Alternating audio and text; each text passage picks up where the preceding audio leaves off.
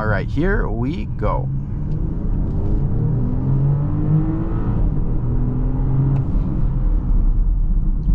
Good M Sport brakes, slowing the X5 down. Look at this car, even for a big SUV, like you just want to go around these corners so much faster.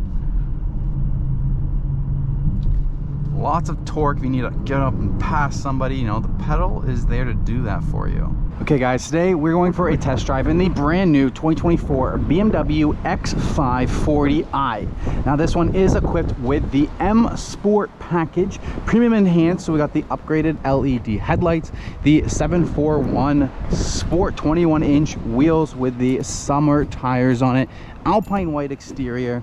Let's take a look in the trunk space before we head out on the road. I love with the X5s, you have the split tailgate design. Oh, I didn't unlock all the doors. Let's unlock, and we'll even open it from here. So I love how the X5 has this split tailgate design. Press that, the bottom half opens up, and you also have all of this extra storage underneath there, because in Canada, we don't have any spare tires. They come standard with run flats. Pop that back up, close the tailgate here.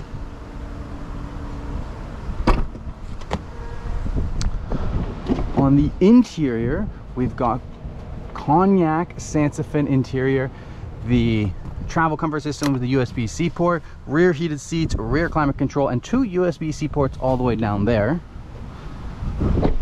More of the front seats, cognac interior, very large glass, panoramic glass sunroof. Let's hop inside. Got wood trim, BMW's brand new curved display screen with the iDrive 8 system. Look at this. Ooh, that's nice. Got a fresh screen. Now let's get on the road with the new transmission toggle. Boom, like that. We're in drive. We're gonna head out onto the road. We're gonna do a little bit of city driving.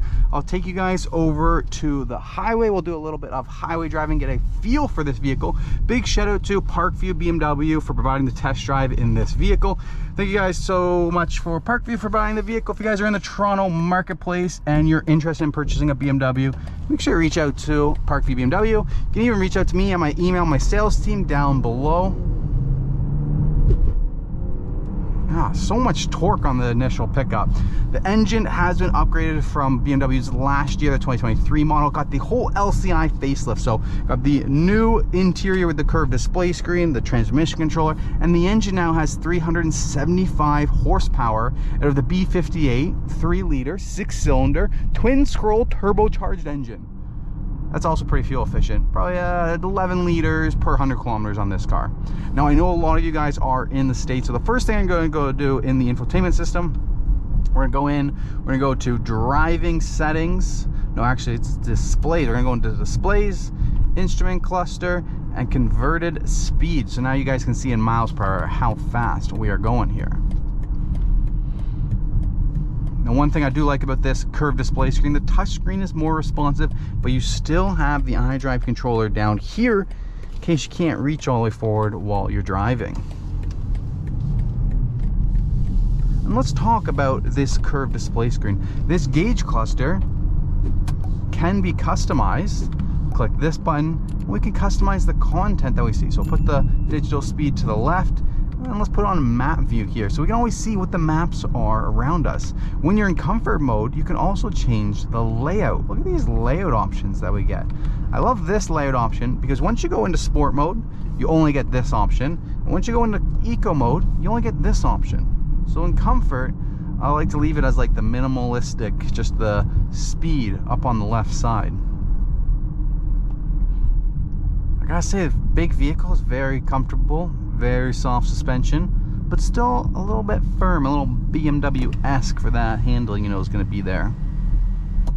This massive glass panoramic sunroof has these little dots in them, and that is the Sky Lounge. If you go into the ambient lighting on here, the interior lighting, that Sky Lounge at nighttime will match this ambient lighting color.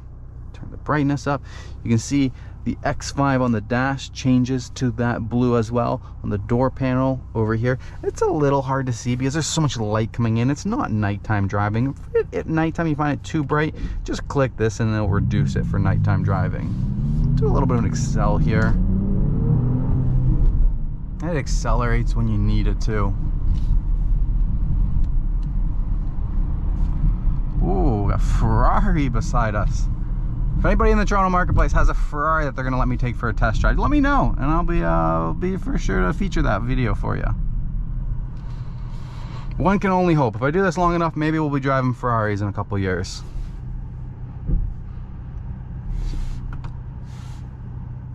Talk a little bit more on the infotainment system. So we went through the customization on the gauge cluster, and now the infotainment system touchscreen. You can click and drag and reorganize your main menu. You can come into the sub menus, click and drag the sub menus, so you have mobile devices for going through and hooking up your phone.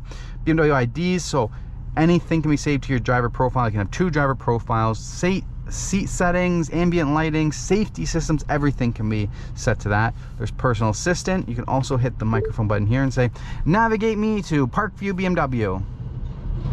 You can see up on the head-up display what it's saying as well. 1 second, I will have the destinations for you soon. I have found these.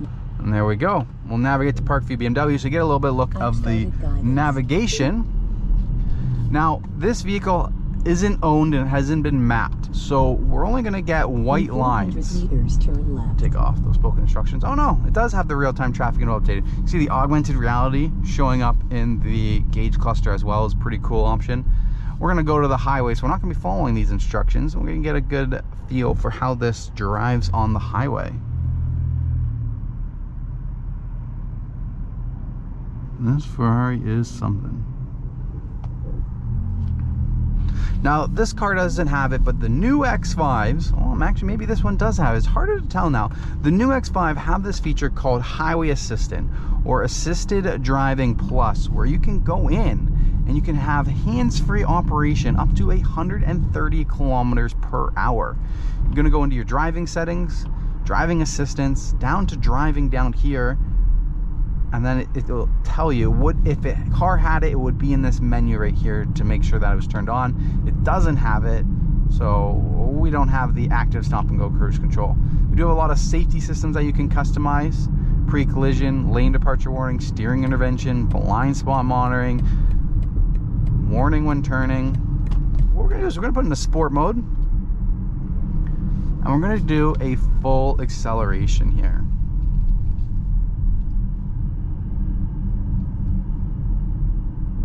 All right, here we go.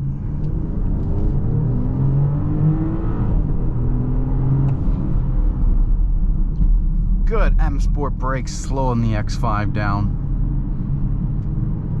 Look at this car, even for a big SUV, like you just want to go around these corners so much faster.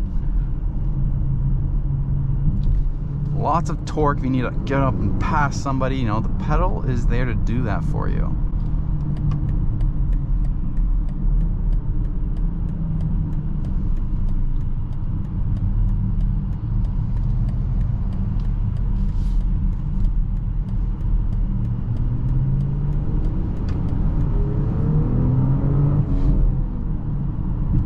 I like how torquey this updated engine is.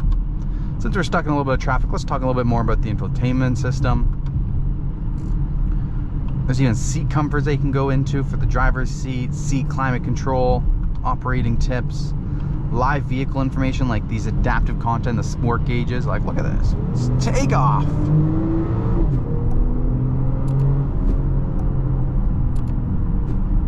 You need to pass somebody, this car will do it for you. The road noise, very minimal, as you guys can hear.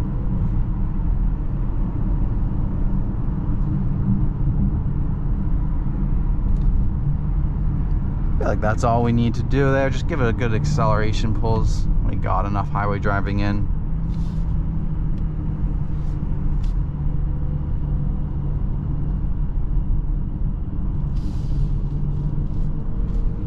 I gotta say, this augmented reality navigation with the front camera is pretty cool.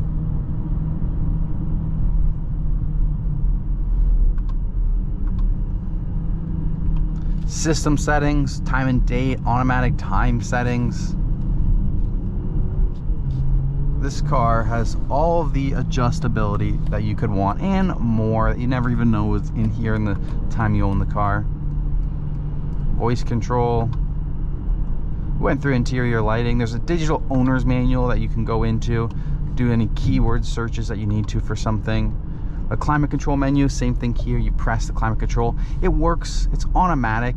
It just does it. You really only need to come in here for like heated seats, heated steering wheel. One thing I will say is I don't understand why BMW took away the heated steering wheel button that was here and put it into here, when on other models like the 3 Series, it's still here. So why, BMW? Why did you do that? But other than that, I mean, it's on an automatic program. So really, you just need to turn up and down your temperature, and you don't really need to go in and adjust any of that other stuff unless you want to turn on the heated seats, or if you had it, ventilated seats would pop up here. Going back in, displays we already went through, doors and vehicle access. You can set proximity locking, so it automatically unlocks and locks as you walk away and walk towards the vehicle. You can put a digital key into your cell phone, so your cell phone could be your key if you wanted it to be. Driving settings we already went through and explored. Exterior lighting, automatic high beams, automatic driving lights are in the vehicle, parking, vehicle status. And there's also infotainment apps, so Apple CarPlay, Android Auto, satellite radio, connect drive to your Spotify, BMW Drive Recorder, all of that stuff is in here. And then there's the quick menus to the music, phone and nav, and you also have quick menus down here. If you pop this up, we got wireless device charging tray, 2 cup holders. They are heated and cool cup holders, so red and blue for heat or cooling. So I have a few physical buttons here for your volume, your next song, your hazards, and your front and rear defrost. Sunroof control is up here. SOS button for roadside assistance. On the steering wheel, you have paddle shifters, cruise control on your left, infotainment system on your right. Auto hold braking, sport comfort eco mode. Now you will notice no longer have an engine on off button because of the 48 volt mild hybrid technology system that is now included with these 6-cylinder engines.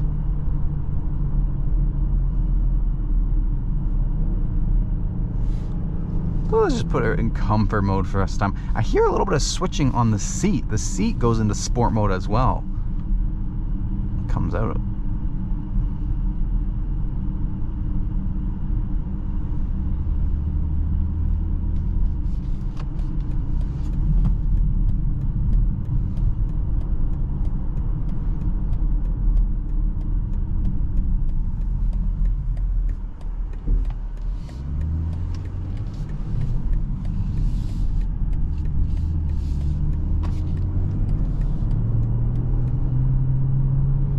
I just love the pedal feel back. Like there's just enough, like it's not like lugging at all, and if you really stepped on it, you're gonna get that extra power from it. It's got the perfect amount of engine power and torque, I feel. Pedal is really consistent. The suspension is soft, but still a little firm for this large of an SUV, which if you like to drive a sporty vehicle, that's why you come to BMW. You want the handling, you want the sport, you want the power. This car delivers.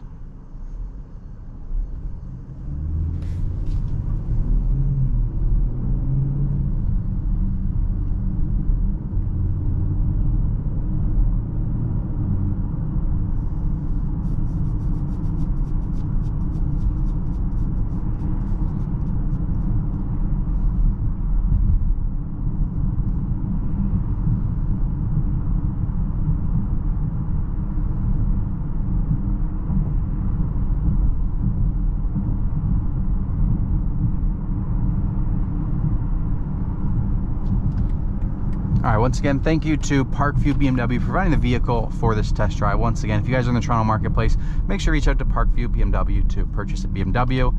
We are almost done here. The last thing I'm going to show you guys is the 360 parking camera, the self-park function that this car has. If you guys have made it this far, please smash the like button, subscribe to the channel.